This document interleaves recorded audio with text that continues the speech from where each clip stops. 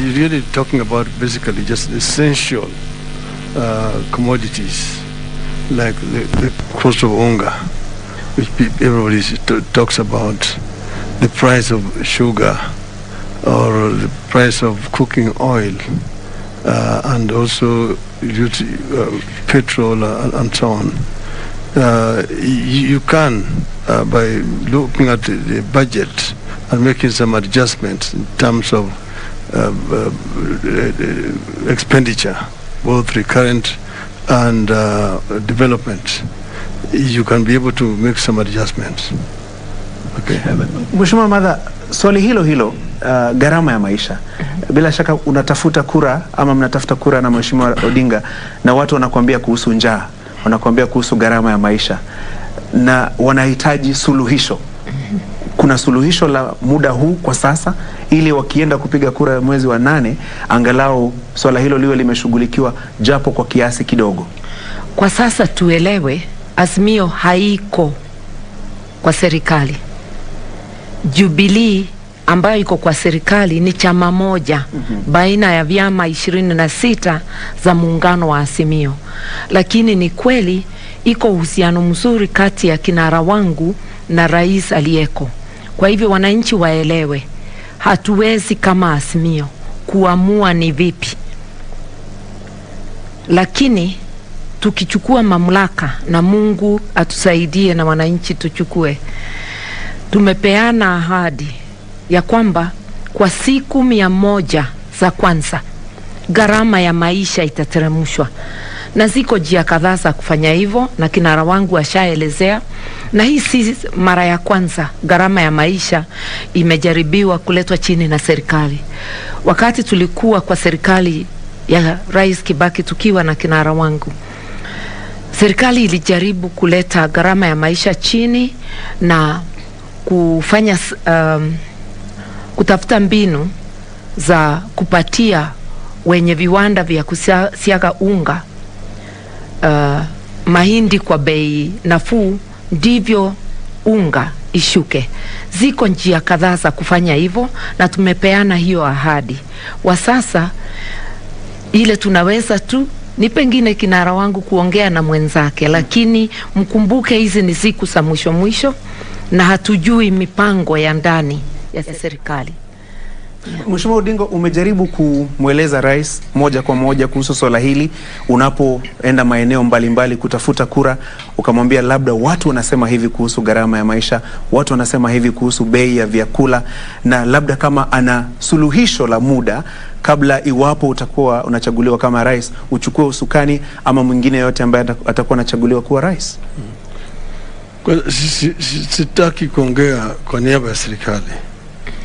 Lakini mimi ningependa kusema ati ni kweli tumezungumzia mambo haya, na mimi najua labda hakuna changamoto zingine.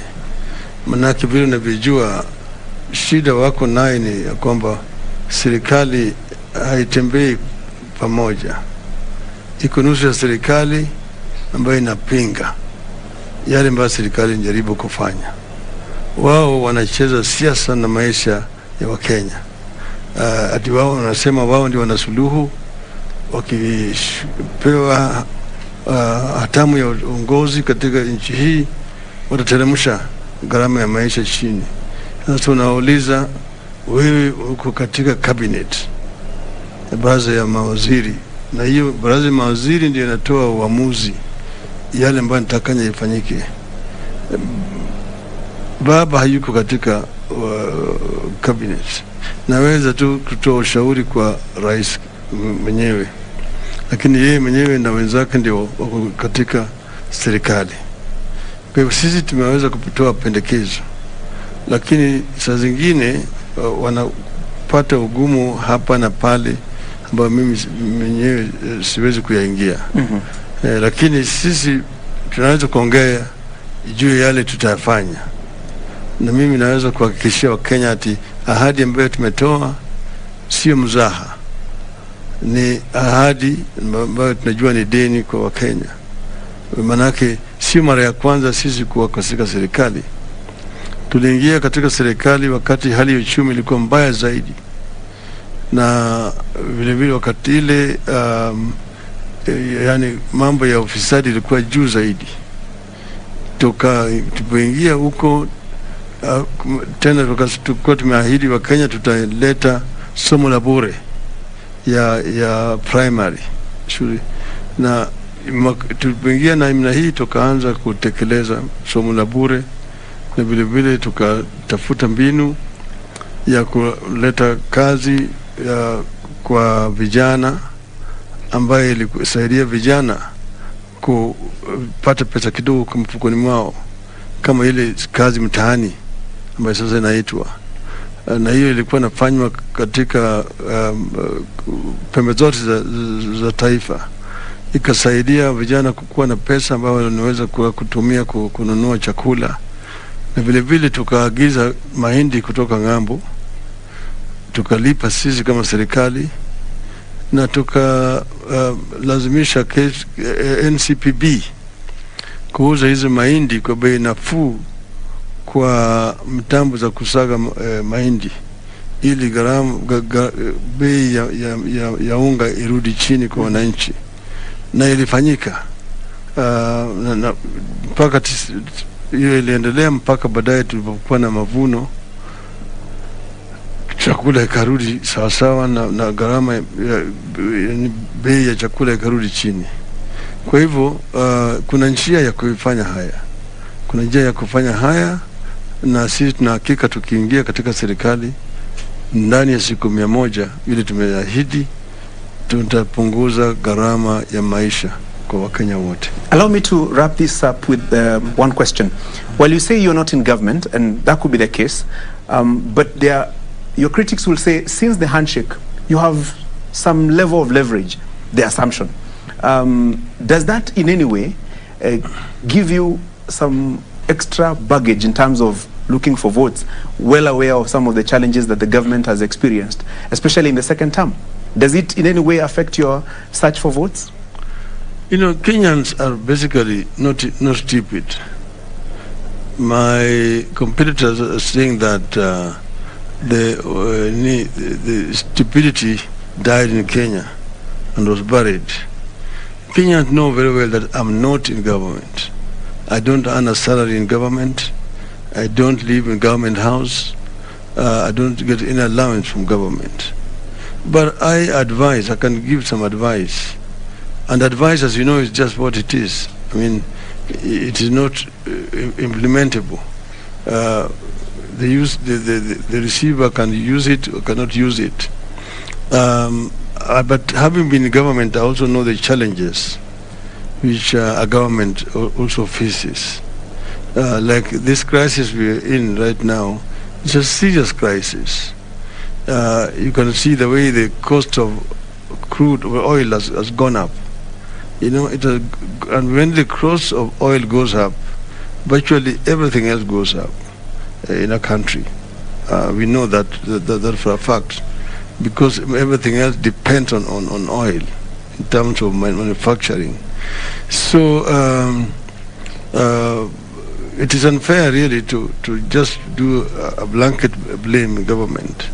Somebody who is earning a salary, has got over 250 security of government defending him, is using government vehicles and equipment to do the campaign.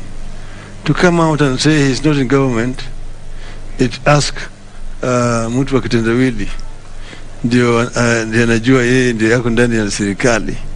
Mimi nilitolewa kwa serikali. Kama ulitolewa kwa serikali, you do the decent thing that most responsible people do. You resign. That is what Mr. Bill Kagia did. That is what Jaramogi Oginga Odinga did. You resign and then you become an ordinary person.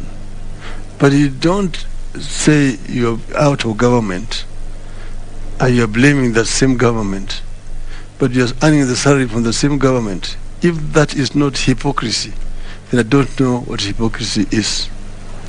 I think if I may add just a little, you can't also choose which part of government you will claim credit for and which part you disown. if somebody is standing in the podium and telling people that I've influenced this to happen in government, they must also take the blame for any shortcoming of government, and that's the way it is.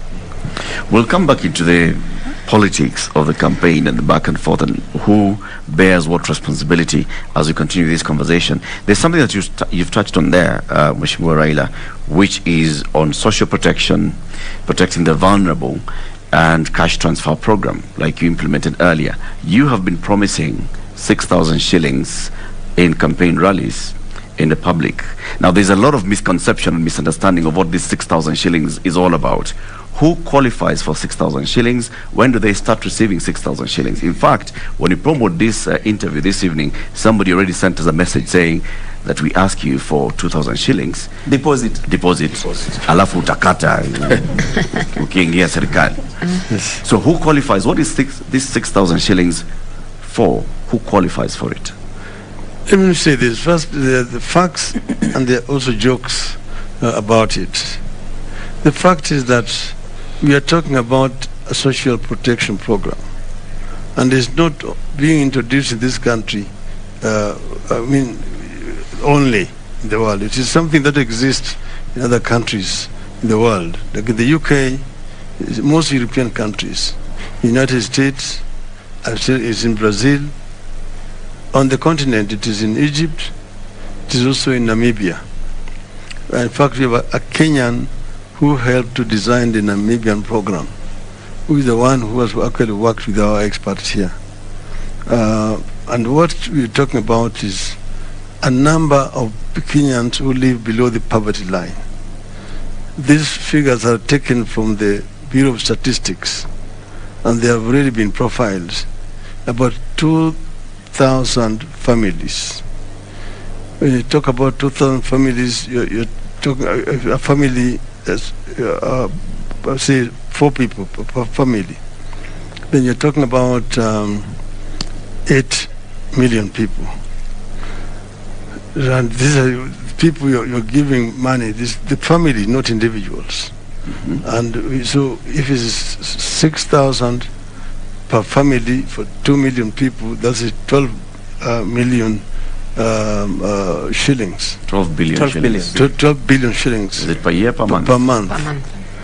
That works to 144 billion shillings per year. We have already costed it, okay? 144 billion shillings per year. We know, for example, the kind of pilferages and losses. The president one day talked about 2 billion shillings per day that is being lost to corruption. President Obama also put it at about 700 billion equivalent Kenyan shillings.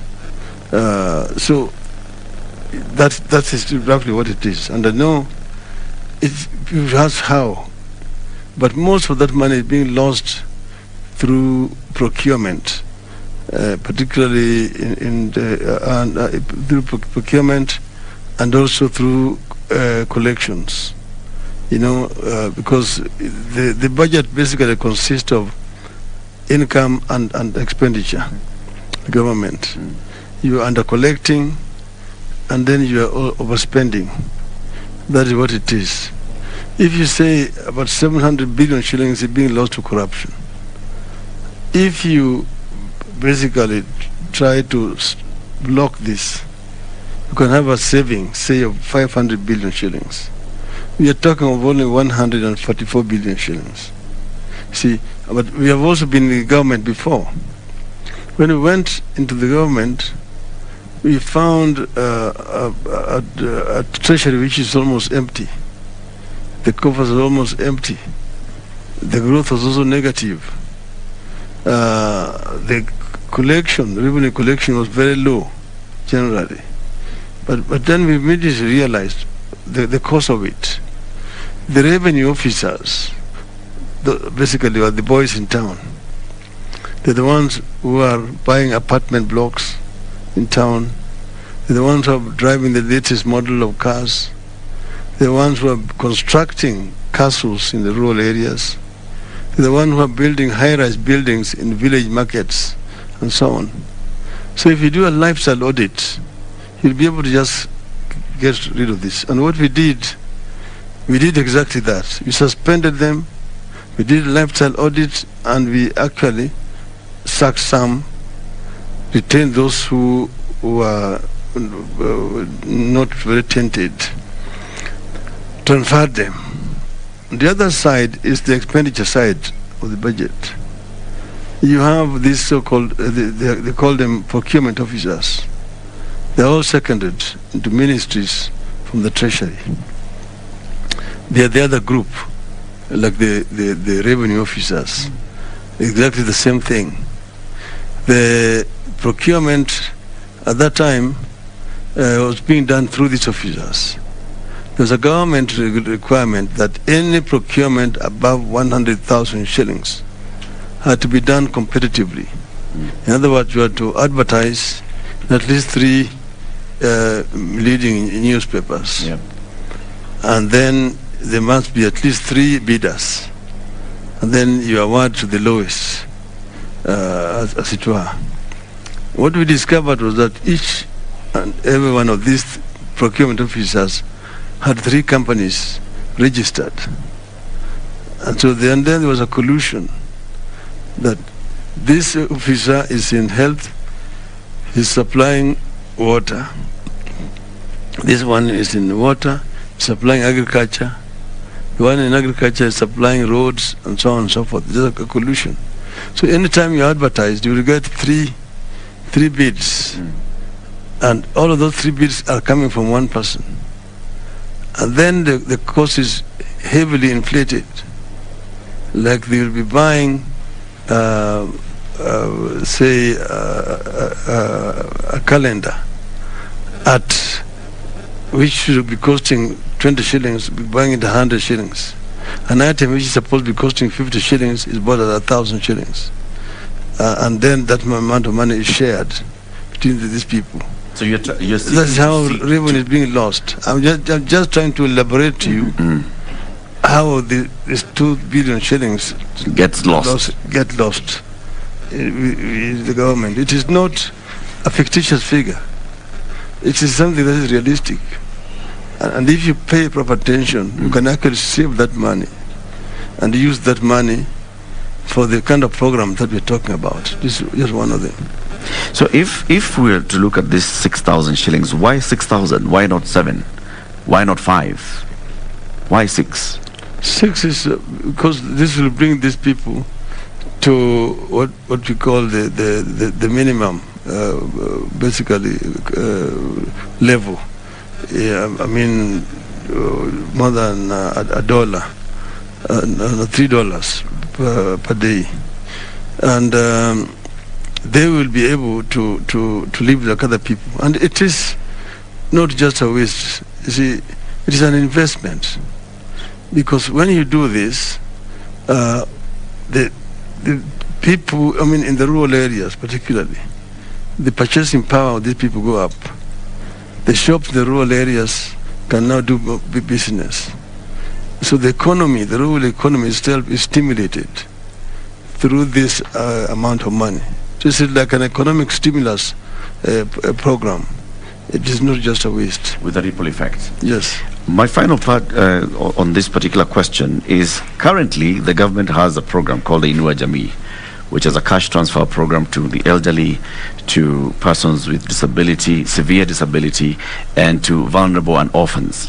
So is this a similar program? Are you going to scrap the Inua Jamii program, or are you consolidating the Inua Jamii program and just adding from 2,000 shillings to 6,000 shillings?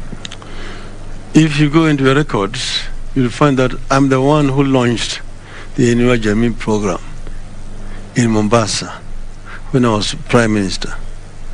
It was really our idea to help the elderly people and also the people with disabilities and so on. Those are people who are not able to really fend for themselves. And it was capped at 2,000 shillings. That is a separate program. These are the other group of people. Some of them, those other ones may also be included in this group. but that this is over and above the Inua Jamii program. This one here is targeting those specific families who have been profiled by the National Bureau of Statistics. Okay. Okay. Well, former Premier, it's a good thing you've spoken about corruption, and I believe Honorable Martha, you can just speak up after him, because this is a docket that directly translates to you. Now, corruption is a big thing, as the Bio One Kenya Coalition has spoken about, and I believe it formed the premise upon which you added that extra docket of the Justice and Legal Affairs to the Deputy President when you were mentioning your shadow cabinet. Now, this would necessarily mean that the Deputy President is overseeing policies and issues pertaining to the Justice and Legal Affairs, but many would argue that in the long run it would have a ripple effect in affecting the independence of institutions such as the Office of the Public Prosecutor. We have the DCI, we have the ACC. So how then would you ensure as the executive that you do not compromise on the independence of these institutions that should be so? God, she's going to talk to you about the details. Yeah. But let me just tell you that we have one government. And the government now consists of three arms. You've got the executive, you've got the judiciary, and you've got the legislature. All these three arms are interdependent. If one is not working properly, efficiently, it actually affects the other arm of the government. See, so it is necessary, therefore, for these three arms of government, in spite of the independence, to also see the interdependence of them, because they are all providing services. Yeah. The executive cannot perform its work if the judiciary is not working. You see, if the judiciary is not working, it actually affects the executive. See, when you are talking about the criminals, and if these criminals are arrested, and then they are taken to court, and then they are released, of course, they become a drag on society. You've got, how many cases have we had? A criminal who was killed or who was threatened to kill. I think it just happened last week. Is taken to court, is being given bail, he comes out and goes and kills his mother. See, so something is wrong somewhere, which must be addressed. The same thing with the legislature. If Parliament is the one that passes the laws, the executive implements the laws which Parliament has passed. They use those laws to govern the country. Then the judiciary interprets the laws and to see that the laws are being implemented, they're not being violated. But if the legislature makes wrong laws, then the executive also work is affected. So there must always be a kind of cooperation. I think people are pushing this word so-called independence too far, as if they are in different countries. That you've got, like, for example, independent, we've got these commissions that we set up in the Constitution. But each one of them is now dependent on its own. You cannot interfere with what they're doing. They are protected by the Constitution, even if they're not doing their work, or even they're doing it wrongly, that there's nothing you can do about it. I don't think that is what is intended in the Constitution. You see, there's independence and there's also interdependence, generally. So, like when you talk about the criminal justice system, you've got the investigative arms of government. Then you've got the procedural arm of government, the DPP.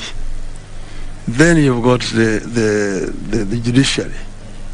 You see? So sometimes you find the police themselves collude to shield criminals. But sometimes the police have done their work. The DCI has done its work and has gotten sufficient evidence. The DPP refuses or says this evidence is not sufficient, and it's discretionary to him. He refuses to prosecute. or then it takes agrees to prosecute, takes to court, then the courts themselves are compromised. And you know that courts sometimes are compromised. So a court that is compromised, in my view, is worse than the criminals, because it protects the criminals. Okay? But then, this is a conversation I've had when I was a prime minister before, with the then Chief Justice, when we were having those problems. But that was, of course, the situation prior to the new constitution. Okay? So my view is that, yes, independence is there, but there's also interdependence of these arms of government, because ultimately you want the delivery of services to the people to be done efficiently. Okay. Well, Honorable Martha, I'm sure there's a lot of uncertainty to this role, because you'll be the deputy president, and there's also this additional role. And according to Article 147(4) of the Constitution, you cannot hold two offices. So maybe if you just respond to the same and clarify what this would mean as a member of the executive overseeing certain arms of the judicial aspect. I think that's a misconception. Okay. If you look at the description of what a deputy president does, is be the principal assistant of the president and perform any other duties assigned by the president. So any other duties is covered. You can hold a ministerial docket. And there's no difference when a deputy president holds a ministerial docket and when any other minister holds. So the framing of the question as though having a deputy president hold the office of Justice and Constitutional Affairs Ministry is an oppressive thing is wrong, is misleading. It is a ministerial portfolio like any other. And for people to understand the three arms of government,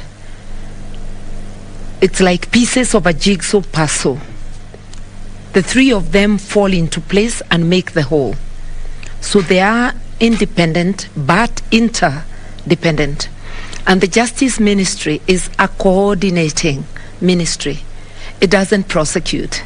It doesn't arrest. It doesn't decide on the cases.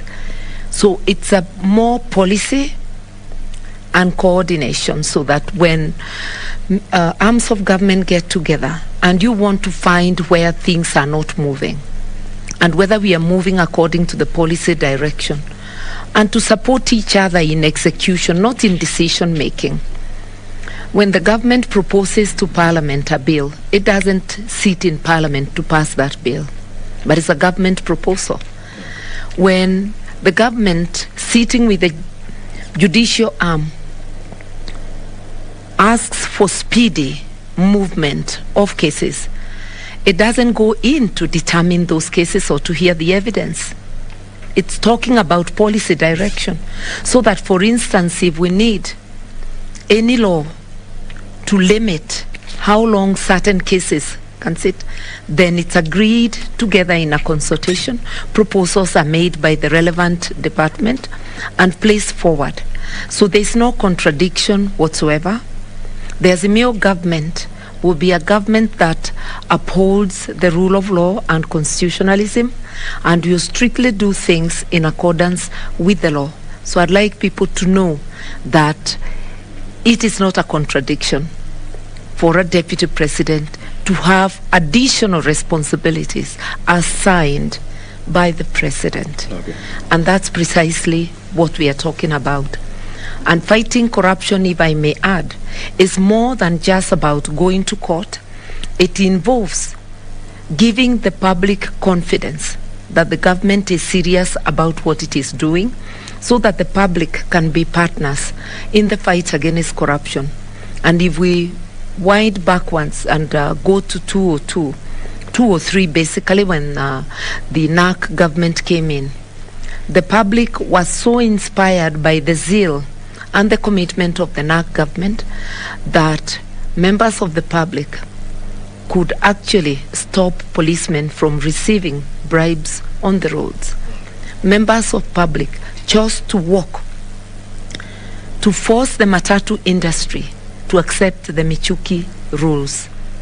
Members of public recovered the Kenyatta International Conference Center from those occupying it and claiming ownership, and handed it back to the relevant ministry. This is the kind of thing we are looking for, that we will demonstrate our commitment to fighting corruption and make the public our partners in this fight, and that goes beyond just applying the law, and also working seamlessly with those in the criminal justice sector, the courts, the legislature, where we need to tighten the laws, etc. Okay, well, even as we continue with certain aspects of the manifesto that you gave out as a coalition, a big and integral part of this year's election is pegged around the women factor. And when we talk about the women factor, we talk about the 2/3 gender role representation, especially in the bicameral house. Now, your competitors, from the suggestions that they've been given, many have argued there's a lot of practicality, for lack of a better word. They've spoken about giving half of the government to the women. They've signed charters. They've also spoken about putting up a kitty for the women, and they've added to that and said that they're going to achieve the 2/3 gender rule within the first 100 days in office. On your side, what is the assurance that you're giving women, despite you being potentially being the first female deputy president? What assurance are you giving people to say that, you know what, moving forward, we're going to have better representation of women in our government? It's easier said than done. For us, the commitment is demonstrated. Right now, Azimio is not saying that we will do for women ABCD. My principal, seated right here next to me, appointed me his deputy. That's a demonstration of the commitment. So when we say that we will fulfill, we will continue the implementation of the Constitution, which includes the 2/3 gender rule, we have demonstrated it. When my principal says that he actually believes in 50-50, he has not just the 2/3 gender rule, but 50-50. He has already demonstrated it. So for the competition to claim that they have the commitment, where have they demonstrated it? And we have gone beyond that. If you look backwards, and I always tell this story, that when we came from Beijing in 1995, those of us who were in parliament then were bringing in motions for the implementation of the commitments in Beijing. And I remember my sister, the Honorable Charity Ngilu, Governor of Kitui, and Senator Beth Mogo bringing such motions. On my part, I proposed the Equality Act and the Domestic Violence Bill, which was later to be adopted by the government. But only one man joined us and brought a motion to set up the Gender Equality Commission. That man was none other than the Right Honorable Raila Odinga. So that is just to show that the commitment of Azimio to women's issues runs deep. It's not just about this election, it's something that we practice. And if you look even in Parliament, a majority of the elected women will be from his party. And even now those running, there is quite a good number. So I'm saying our commitment is demonstrated. I don't want to talk about my part because I think that it goes beyond saying. Okay. So we will not only implement the 2/3 gender rule, which is the starting point, but we will go beyond it, and that commitment has already been shown. All right. Yeah. After that question on, fighting corruption and the position of women from Alan Owino of K24, my colleague, Belita Oletenges from from NTV, has a question on youth and the position of youth. Thank you very much. Ningependa kuuliza swali langu kwa lugha ya Kiswahili. Nafasi za ajira ni jambo ambalo mmeahidi kwa pamoja, na ni shina muhimu sana katika uchaguzi ujao, ikizingatiwa kuwa gharama ya maisha imeenda juu. Lakini Zingatia kwamba serikali ya Jubilee ilikuwa imeahidi nafasi za kazi milioni 1 kila mwaka kwa awamu yao ya pili. Je, nafasi yenu ya uwazi kabisa au mbinu ambayo mtalenga kutumia kuhakikisha kuwa mnaongeza nafasi za ajira nchini hususan kwa vijana, na pia mbinu ipi mtakuwa mnatumia ili kuhakikisha kuwa watu wamepata ajira humu nchini? Ndio, sisi tayari tumesema katika manifesto wetu ya kwamba kwanza tunaongea kwa jumla juu ya uchumi, na tumesema tunataka kupanua uchumi wetu. Kwa mfano tumeongea juu ya mambo ya viwanda, na tumesema tunataka kuona kama kila county iko na viwanda, kwa sababu tunaongea juu ya county moja, product moja, one county one product. Na hii ni mambo ambayo sisi tunataka kuanzisha kwa njia haraka. Maana yake tayari utafiti imefanyika, tunajua ni nini inapatikana katika eneo hii na eneo hii na kadhalika. Lakini haya yote sisi